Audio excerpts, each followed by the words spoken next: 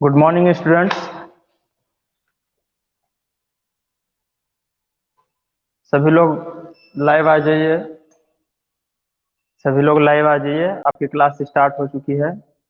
तो इसमें अगले पॉइंट की तरफ चलते हैं। ईएमएमसी में जो मैं पढ़ा रहा था, तो उसमें आपको डिफ्लेक्टिंग टार्क वगैरह के बारे में बता दिया गया है, और उसकी जो डेफिनेशंस हैं वो भी आपको प्रॉपर लिखा दी गई है। अब आगे की तरफ चलते हैं कि इसमें जो वोल्ट मीटर होता है उसका कंस्ट्रक्शन कैसा होता है। ठीक है। और वोल्ट मीटर के अंदर किस किस तरीके की वाइंडिंग होती है, कौन सा वायर इस्तेमाल करते हैं। ठीक है। तो इन सारी चीज़ों के बारे में आपको बताएंगे। और उसका वोल्ट मीटर का कहते हैं कि रेंज अगर बढ़ानी हो, ठीक है, तो क्या तरीका होता है उसका, परिपथ आरेख सर्किट डायग्राम कैसा होता है, उसके बारे में आपको यहाँ पे बताने जा रहा हूँ। ठीक है। तो कल जो आपने एमीटर में मैक्सिमम करंट को मेजर करने के लिए जो दो चार लाइनें आपको हमने लिखाई थी, उसमें दो लाइनें और शेष हैं, उसको भी नोट कर लीजिएगा और उसके बाद लेक्चर को कंटिन्यू बनाएंगे। चलिए। तो आपने जो कल एमीटर का मैक्सिमम करंट मेजरमेंट का जो आपने बनाया था, मैक्सिमम करंट मेजरमेंट के लिए जो आपने बनाया था कि इस तरीके की हमारी एक कॉइल थी, फिक्स्ड कॉइल। ठीक है। और इस फिक्स्ड कॉइल के बीच में हमारा क्या था, मूविंग कॉइल था। ठीक है। सप्लाई ऐसे हमारी गई और ऐसे हमें लोड को दे दिया था, और यहीं से हमने क्या किया था, रेंज बढ़ाया था एमीटर का। एमीटर का रेंज इसके पैरेलल में हमने ये जोड़ा था, किसके, इसके पैरेलल में जोड़ा था। अब देखो ये मैं वायर लेके जा रहा हूँ, इसके एक सिरा इधर जोड़ देंगे और एक सिरा इसके यहाँ जोड़ दिया हमने, इसका रेंज एक्सटेंशन कर दिया था। तो इसी के नीचे कुछ लाइनें और लिखनी थी, वो आपको लिखनी है। लिखिएगा कि एमीटर में,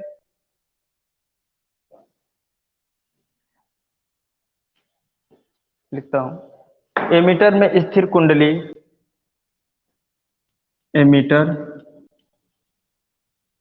में स्थिर कुंडली तांबे के मोटे तार, ठीक है, तांबे के मोटे तार से बनाई जाती है, तथा चल कुंडली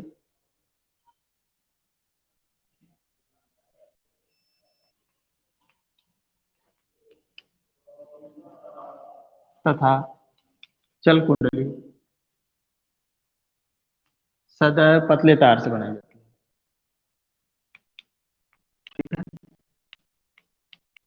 पतले तार। अब पूछिए, बताइए भाई, डायनमोमीटर टाइप वाट मीटर, अरे बोल्ट, बोल्ट मीटर, बताइएगा। प्रॉपर वीडियो आ रहा है?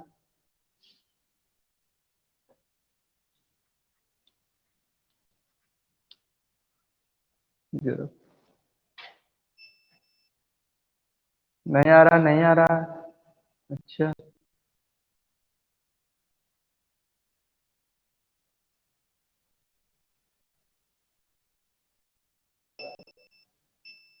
बताइए प्रॉपर वीडियो आ रहा है आप लोगों को?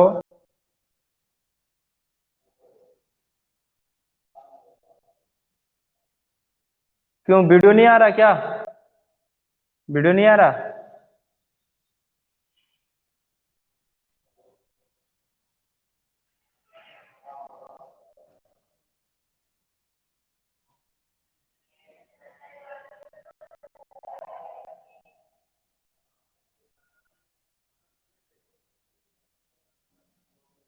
सर,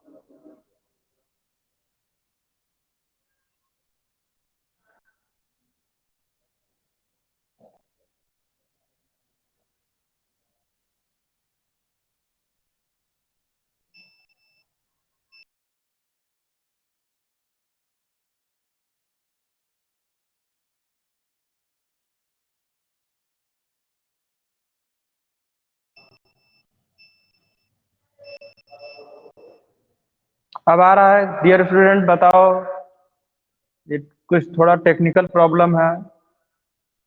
देखिए, ठीक है चलिए। प्रॉपर वीडियो नहीं है, नो सर नो। क्या हिमांशु आप लोग नेटवर्क एरिया में नहीं है जी? आ रहा है यहाँ पे, आ रहा है। आप लोग थोड़ा सा अपना अपने यहाँ से तो हमने चेक कर लिया है, सारी चीजें प्रॉपर आ रही हैं। ठीक है, तो आप इसके बारे में लिखिएगा। डायनमोमीटर टाइप वोल्ट मीटर में बताने जा रहा हूँ। ठीक है, तो डायनमोमीटर टाइप वोल्ट मीटर के अंतर्गत लिखिएगा आप, लिखिएगा।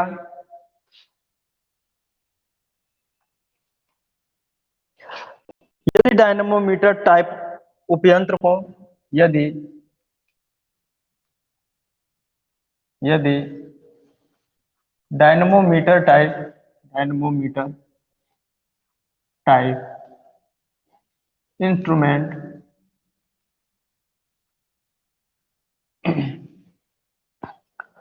को वोल्ट मीटर के रूप में प्रयोग किया जाए तो वोल्ट मीटर के रूप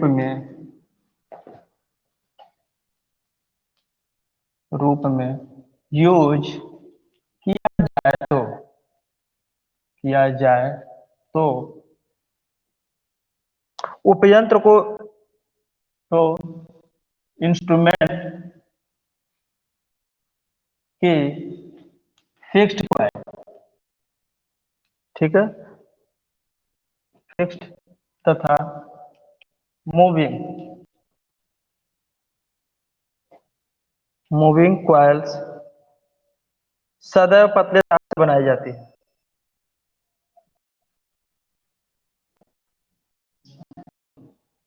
पतले तार से बनाई।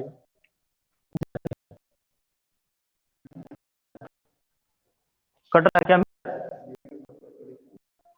मेरा अपने मोबाइल से चल रहा है ना।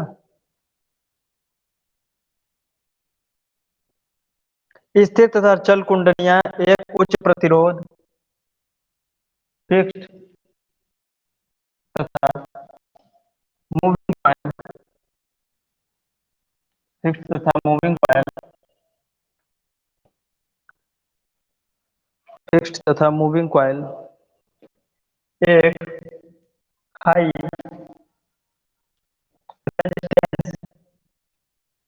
एक हाई रेजिस्टेंस आर से, एक हाई रेजिस्टेंस आर से श्रेणी क्रम, सीरीज सीरीज अरेंजमेंट, यानी श्रेणी क्रम व्यवस्था में। ठीक है,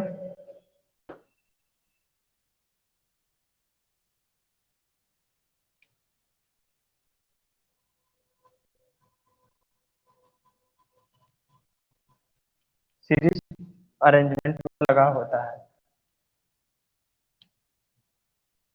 ठीक है, यह कह सकते हैं कि सीरीज व्यवस्था में जुड़ा होता है। ठीक है, अब कोई सर्किट मैं यहाँ बनाने जा रहा हूँ, उसको करते चलिएगा। इसका स्क्रीनशॉट लीजिए, स्क्रीनशॉट लीजिएगा।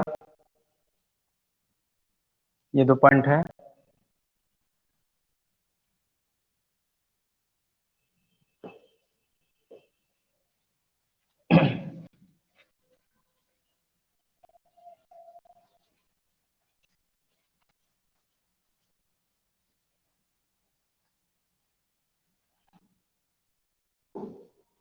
देखिए,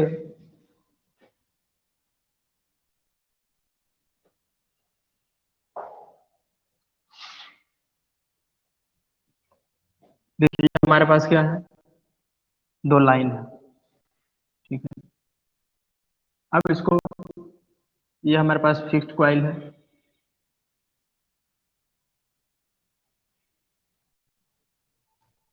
ठीक, अब इस फिक्स्ड कॉइल,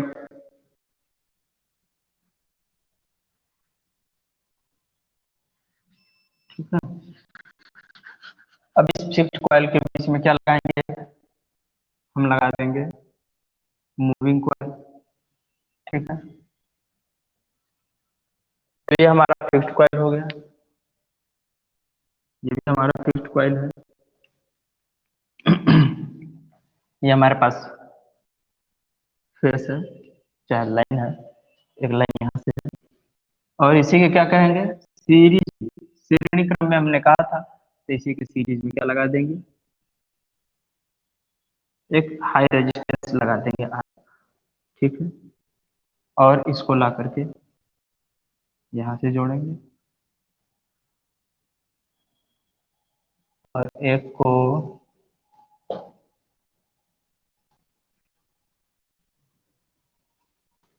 लोड के साथ जोड़ देंगे, यहीं जोड़ दीजिए, शॉर्ट हो जाएगा, एक मिनट गड़बड़ हो गया। ऐसे कर दो, हो जाएगा। बस ये लाइन ऐसे कर दो, ये ऐसे, अब सही है, ठीक है। इस तरीके से आप जोड़ दीजिए, ठीक है। तो ये हमारा बनके तैयार हो गया वोल्ट मीटर के लिए। इसको ड्रॉ करिएगा।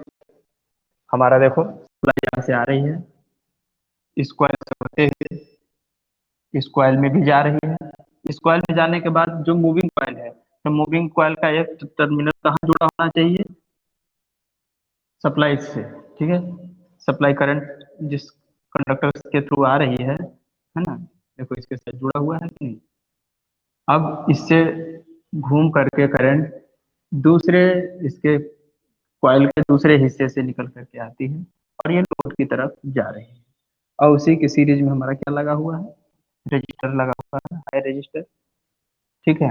और सप्लाई से इसको जोड़ देते हैं, यहाँ पे हम क्या देंगे, सप्लाई सोर्स, इस दोनों पॉइंट के बीच में क्या है, सप्लाई सोर्स। और ये क्या हो जाएगा हमारा, टू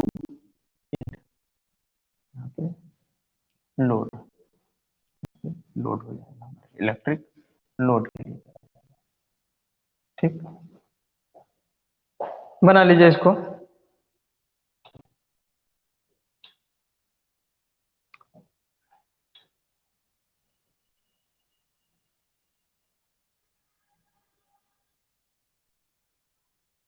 अब आगे चलते हैं। अब देखो, अब इसमें जो करंट फ्लो होगा, तो भाई देखो किस मैनर में जा रहा है, यहाँ से जो आई निकल के आया, ठीक, आई जो निकल के आया वो क्या हो जाएगा, इस कॉइल में तो आई वन फ्लो होगा, फिक्स्ड वाले में क्या होगा, आई वन फ्लो होगा, और इस वाले में कौन सा फ्लो होगा, मूविंग वाले में आई टू फ्लो होगा। तो यहाँ पे दो धाराएं फ्लो होंगी, एक तो फ्लो होंगी फिक्स्ड कॉइल में जाएगी, और एक होगा हमारा जो मैग्नेट यहाँ जाएगा, ठीक है। लेकिन पैरेलल में क्या है, पैरेलल में है, सप्लाई लाइन है, तो इसमें जो प्रवाहित होने वाली सारी धाराएं होंगी बराबर आई की होंगी, ठीक है। अगर हम डीसी करंट की बात करेंगे, I D C equal to कितना हो जाएगा, वी अपॉन आर, डीसी के लिए होगा, किसके लिए, फॉर डीसी सर्किट। और अगर एसी से इसको चला रहे हैं, एसी सर्किट द्वारा चला रहे हैं, एसी सप्लाई पे चला रहे हैं, तो I AC current is equal to V upon R, यही तो वोल्टेज ड्रॉप होगा, सॉरी वोल्टेज ड्रॉप करंट जो हमारा आई है, वोल्टेज ड्रॉप था V equal to I R. तो आई की अगर हम बात करेंगे कि कितना करंट फ्लो होगा, तो वोल्टेज अपॉन रेजिस्टेंस, ठीक है।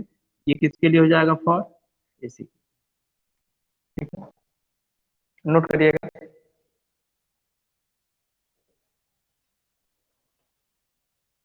तो यहाँ मेन उद्देश्य था आपको डायनामोमीटर टाइप का वोल्ट मीटर बताने के लिए कि वोल्ट मीटर का कंस्ट्रक्शन कैसा होगा, ठीक है।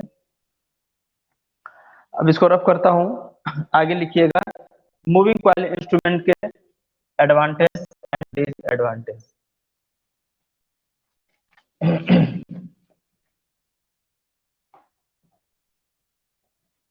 एमआई इंस्ट्रूमेंट के advantage and disadvantage. MI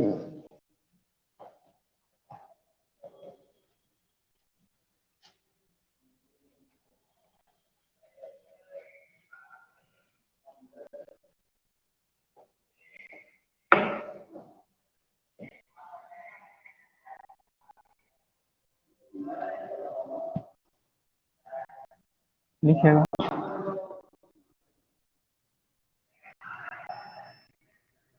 moving coil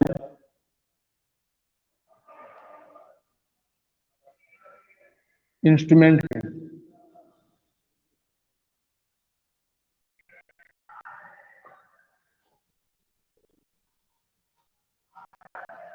क्या लिखेंगे? एडवांटेज लिखिएगा। मूविंग कॉइल इंस्ट्रूमेंट के लिए जो हमारे एडवांटेज है, वो पहला है, इनमें इलेक्ट्रिक, पहला पॉइंट है, इनमें विद्युत शक्ति का व्यय कम होता है। लो electric power loss.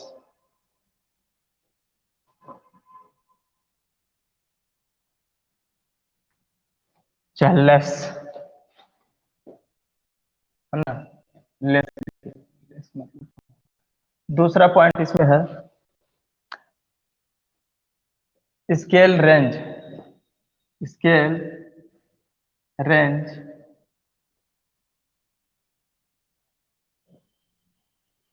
Expansion. Scale range का विस्तार कितना होता है? 270 डिग्री तक। ठीक है, 270 डिग्री तक ही मूव कर सकते हैं। ठीक है। और तीसरा पॉइंट है, ये हाईली सेंसिटिव होते हैं। क्या है? एमआई इंस्ट्रूमेंट यानी मूविंग आयरन इंस्ट्रूमेंट की अपेक्षा, मूविंग आयरन इंस्ट्रूमेंट की अपेक्षा हाईली सेंसिटिव होते हैं।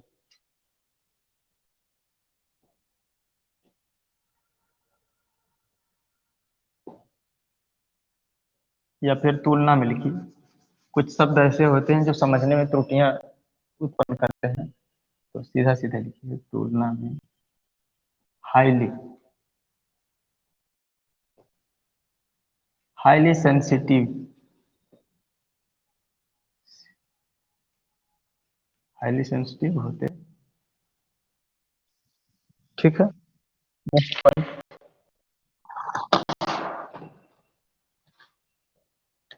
इनमें हिस्टेरिसिस लॉस नहीं होते।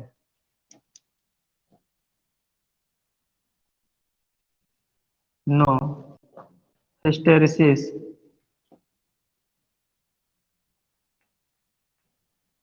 ठीक है, इनमें हिस्टेरिसिस लॉस नहीं होता।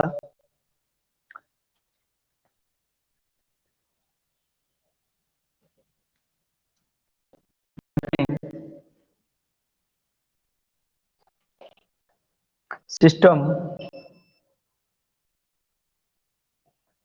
अधिक इफेक्टिव होता है, यानी कि प्रभावशाली।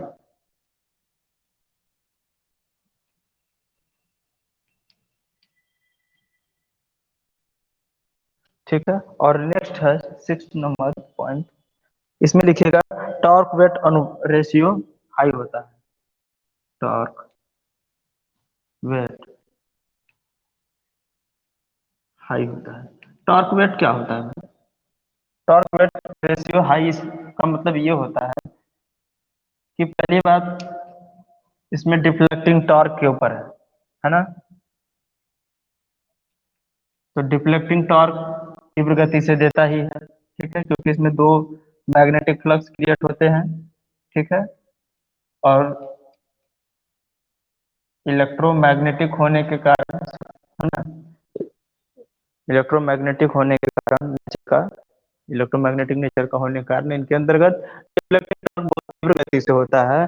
और दूसरी बात, इनमें जो वायर का इस्तेमाल किया जा रहा है, तो पतले तारों का इस्तेमाल किया जा रहा है, तो इससे कॉपर की हमारे बचत होती है और हमारा इंस्ट्रूमेंट का हल्का हो जाता है। ठीक है। और इसमें जो कोर का इस्तेमाल कर रहे थे, तो इसमें एयर कोर्ड का इस्तेमाल करते हैं से, और उसको कॉइल लपेट देते हैं, तो मटेरियल का जो एक्चुअल वेट था, जिस फ्रेम पे कोर पे लपेटा जा रहा था, तो उसका वेट भी रिड्यूस हो जाता है। तो टॉर्क और वेट रेशियो दोनों मिला के क्या हुआ, अधिक होता है। ठीक है, तो ये 6 पॉइंट आप नोट करिए। अब आगे की तरफ चलते हैं डीमेरिट्स में।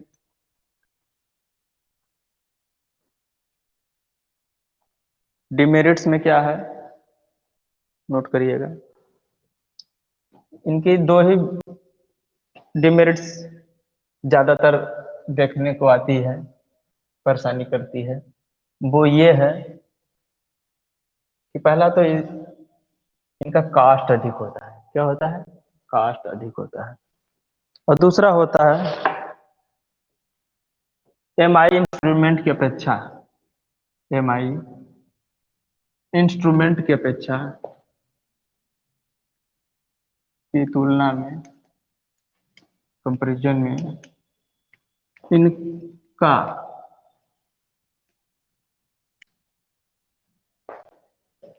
इंस्ट्रूमेंट की तुलना में इनका संरचना है ना, इनकी इनका कंस्ट्रक्शन क्या होता है, कंस्ट्रक्शन रचना थोड़ी सी जटिल होती है, कॉम्प्लेक्स, कॉम्प्लेक्स होती है।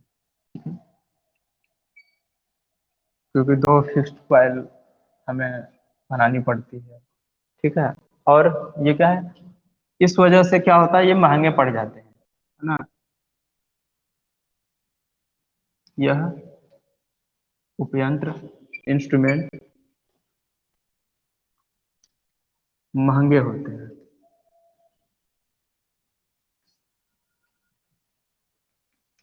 ठीक है, चलो, तो ये आपके डिमेरिट्स हो गए।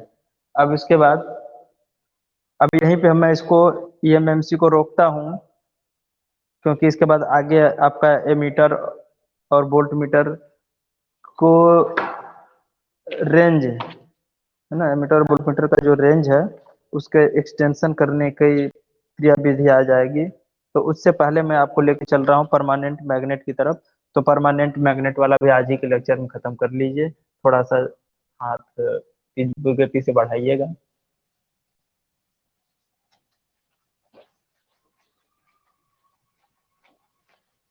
हालांकि इनके बारे में मैंने ओवरव्यू दे चुका हूँ कि होता क्या है।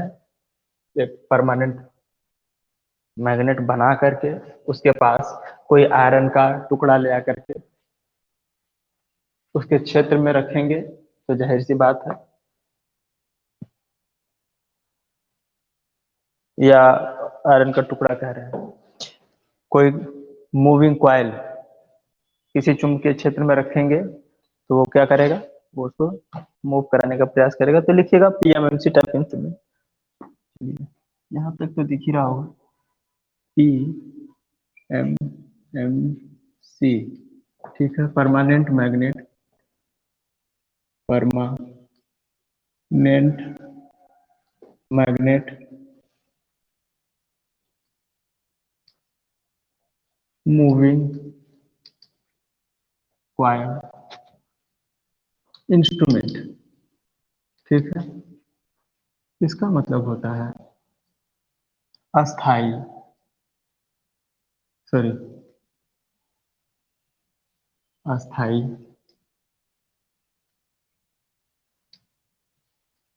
चुंबक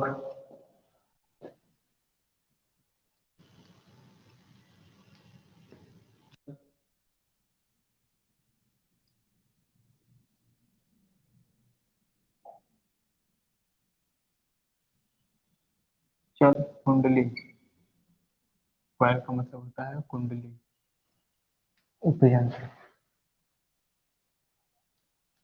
ठीक है, ये इसको हिंदी में बोलते हैं।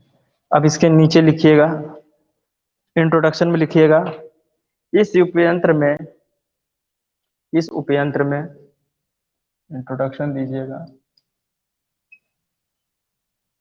इंट्रोडक्शन है ये, परिचय। इस उपयंत्र में अस्थाई चुंबक के दो, इस इंस्ट्रूमेंट में, इंस्ट्रूमेंट में परमानेंट मैग्नेट के परमानेंट मैग्नेट के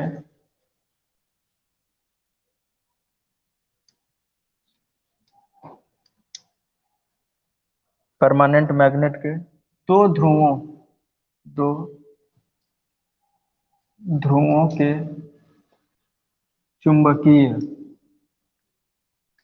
आप लोगों को प्रॉपर मेरे लिखे हुए वर्ड्स दिख रहे हैं कि नहीं? कृपया एक बार आप कमेंट बॉक्स में कमेंट कीजिए, जरा मैं चेक करना चाहता हूँ।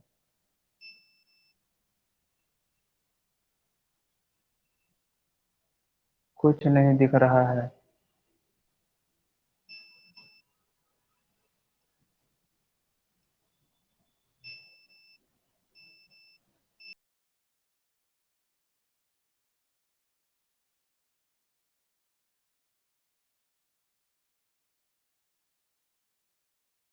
कमेंट कीजिएगा प्रॉपर ऑडियो और वीडियो आ रहा है कि नहीं आप लोगों को, देख के बताइए।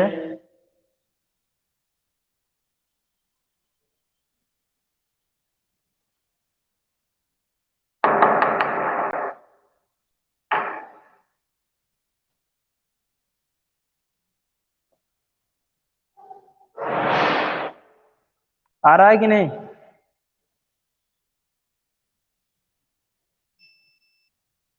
अभी तक नहीं नहीं नहीं। क्या हुआ है? आ रहा है कि नहीं? हाँ, तो क्या करें, बंद करें क्लास फिर, क्या मतलब है? ठीक है स्टूडेंट्स, कुछ टेक्निकल प्रॉब्लम की वजह से हम आपको क्लास नहीं ले पा रहे हैं, आखिर में समय भी बर्बाद हुआ और आपका काम भी ना हो। तो आज की क्लास यहीं पे बंद करते हैं, कल फिर से इसी को रिपीट करेंगे, ठीक है? Please update app. क्यों मेरे ऐप का अपडेट नहीं है क्या? कल तो उठा ले रहा था अपडेट। नेटवर्क प्रॉब्लम है सर, हो जाएगा, कल फिर से रिवाइज कर दीजिएगा। ओके ओके ठीक है, रवि चौरसिया जी जरूर रिवाइज कर देंगे। ठीक है, ठीक है, ओके। तो थैंक यू क्लास, डिस्टरबेंस वाली क्लास, थैंक यू। हाँ।